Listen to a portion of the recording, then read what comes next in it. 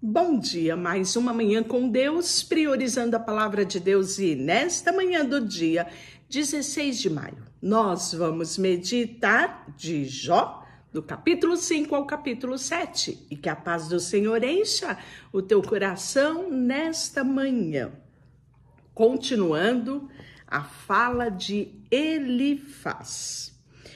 E aqui ele vai exortar a Jó para que busque a Deus.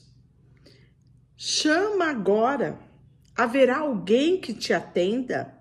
E para qual dos santos anjos te livrará? Porque a ira do louco o destrói, o zelo do tolo o mata. Bem vi que eu, o louco, lançar raízes onde logo declarei maldita a sua habitação. Seus filhos estão longe do socorro, são espezinhados às portas, e não há quem os livres. A sua messe, o faminto, a devora. Até do meio dos espinhos a arrebata, e o intrigante abocanha os seus bens, porque a aflição não vem do pó, e não é da terra que brota o enfado. Mas o homem nasce para o enfado, como a faísca das brasas que voam para cima. Então, quando ele fala aqui do enfado, em algumas versões ele fala de problemas, né? Então, ou seja, o homem nasce para o enfado. O homem nasce para viver problemas aqui nessa terra. Jesus assim nos deixou muito claro, né? Que teríamos aflições aqui. E Elifaz continua: quanto a mim, eu buscarei a Deus, e ele entregaria a minha causa. Ele faz coisas grandes, inescrutáveis e maravilhas que não pode se contar. Faz chover sobre a terra, envia água sobre os campos, faz pôr os batimentos num lugar alto, os abatidos num lugar alto, e para os enlutados se alegrem da maior ventura. Ele frustra as maquinações dos astutos para que as suas mãos não possam realizar seus projetos. Ele apanha os sábios na sua própria astúcia e o conselho dos que o tramam e se precipita. Eles de dia encontram as trevas e no meio-dia andam como à noite as apalpadelas. Porém, Deus salva da espada que lhe sai da boca, salva o necessitado da mão do poderoso. Assim, há esperança para o pobre, e a iniquidade tapa a sua própria boca. Bem-aventurado é o homem a quem Deus disciplina. Não despreze, pois, a disciplina do Todo-Poderoso, porque ele faz a ferida e ele mesmo a sara. Ele fere e as suas mãos cura. De 6 angústias te livrará, e na 7ª o mal não te tocará. Da fome te livrará da morte. Na guerra, do poder da espada, do açoite da língua estarás abrigado, e a qualquer que tiver assolação não a temerá. Da assolação da fome te rirás, e das feras da terra não terás medo, porque até as pedras do campo terás a tua aliança, e os animais da terra viverão em paz contigo. Saberás que a paz é a tua tenda, e percorrerás suas possessões, e nada te faltará. Saberás também que se multiplicará a tua descendência, e a tua posteridade como a erva da terra. Em robusta velhice entrarás para a sepultura, como se recolhe o feixe de trigo ao seu tempo. Eis que isso, já o havendo inquirido, assim é. Ouve-o e medita nisso para o teu bem. E aí Jó vai justificar as queixas dele.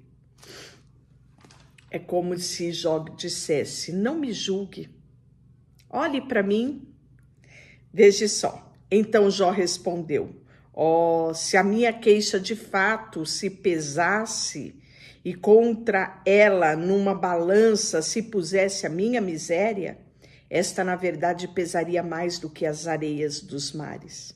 Por isso é que as minhas palavras foram precipitadas, porque a flecha do Todo-Poderoso está em mim cravada, e o meu espírito solve o veneno delas. Os terrores de Deus se arregimentam contra mim. Jurará jumento montês junto à relva, ou mugirá o boi junto à sua forragem? Comer-se-á sem sal o que é insípido, ou haverá sabor na clara do ovo? Claro que a minha alma recusava tocar, isto é, agora a minha comida repugnante. Quem dera que se cumprisse o meu pedido e que Deus me concedesse o que anelo. Que fosse do agrado de Deus esmagar-me, que soltasse a sua mão e acabasse comigo. Isso ainda seria a minha consolação e saltaria de contente a minha dor, que ele não poupa. Porque não tenho negado a palavra do santo. Por que espera se já não tenho força? Porque prolonga a vida se o meu fim é certo. Acaso a minha força é força de pedra? Ou bronze a minha carne? Não, jamais haverá socorro para mim. Foram afastados de mim os meus recursos. Ao aflito deve o amigo mostrar compaixão, a menos que tenha abandonado o temor do Todo-Poderoso. Meus irmãos aleivosamente me trataram como um ribeiro e como as correntes que transborda do vale, turvado com o gelo e a neve, e nela se esconde. Desviam-se as caravanas do meu caminho, e sobe para os lugares desolados e perece. As caravanas de Temá procuram essa torrente. Os viajantes de Sabá por ela suspiram. Ficam envergonhados por terem confiado em chegando ali, confunde-se. Assim também vós outros sois nada para mim. Vedes os meus males e vos espantais. Acaso, disse eu, dai-me um presente? Ou oferecer-me suborno da vossa fazenda? Ou livrar-me do poder do opressor? Ou redimir-me das mãos do tirano? Ensina-me e eu calarei. Dai-me a entender o que tenho errado. Oh, como são persuasivas as palavras retas, mas como é que repreende a vossa repreensão? Acaso pensais em reprovar as minhas palavras, ditas por um desesperado ao vento? Até sobre o órfão lançarei sorte, e especulareis com o vosso amigo. Agora, pois, se sois servidos, olhai para mim, e vede que não minto na vossa cara. Tornai a julgar, vos peço, que não haja iniquidade. Tornai-me a julgar, e a justiça da minha causa triunfará. Há iniquidade na minha língua? Não pode o meu paladar discernir coisas perniciosas? E aí, Jó continua a falar, agora se voltando para Deus, né? Ele se contende com Deus. Não é penosa a vida do homem sobre a terra? Não são os seus dias como do jornaleiro, como o escravo que suspira pela sombra e como o jornaleiro que espera a sua paga? Assim me deram por herança meses de desengano. Ao deitar-me digo, quando me levantarei? Mas comprida é a noite, e farto-me de me revolver na cama até a alva. A minha carne está vestida de vermes e de crostas terrosas. A minha pele se encrosta e de novo supura.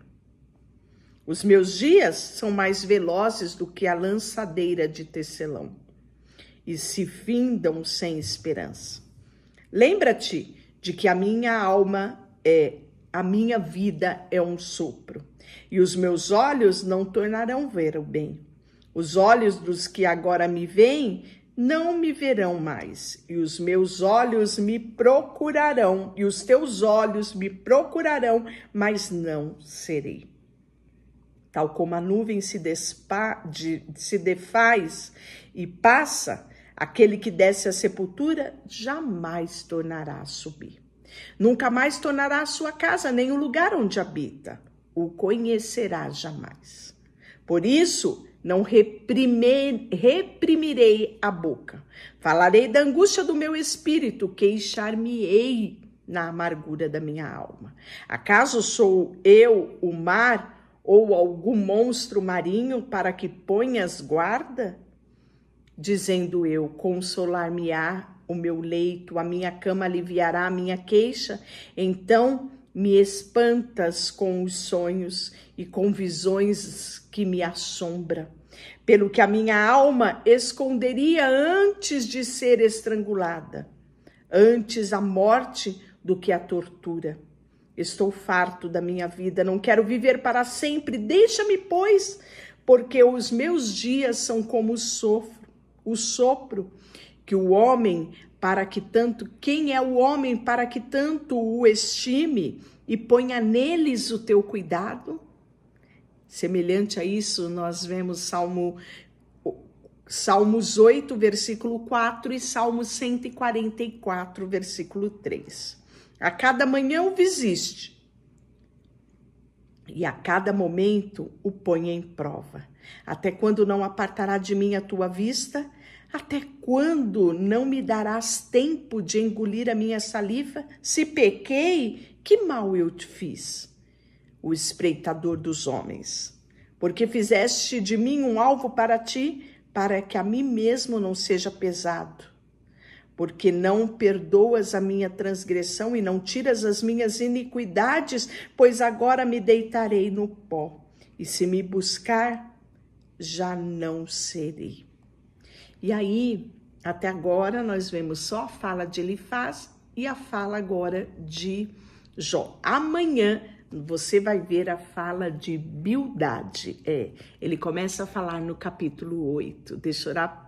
Senhor, nesta manhã, colocamos diante de Ti o nosso coração, a nossa vida, e ajuda-nos a olhar, Senhor, além das adversidades.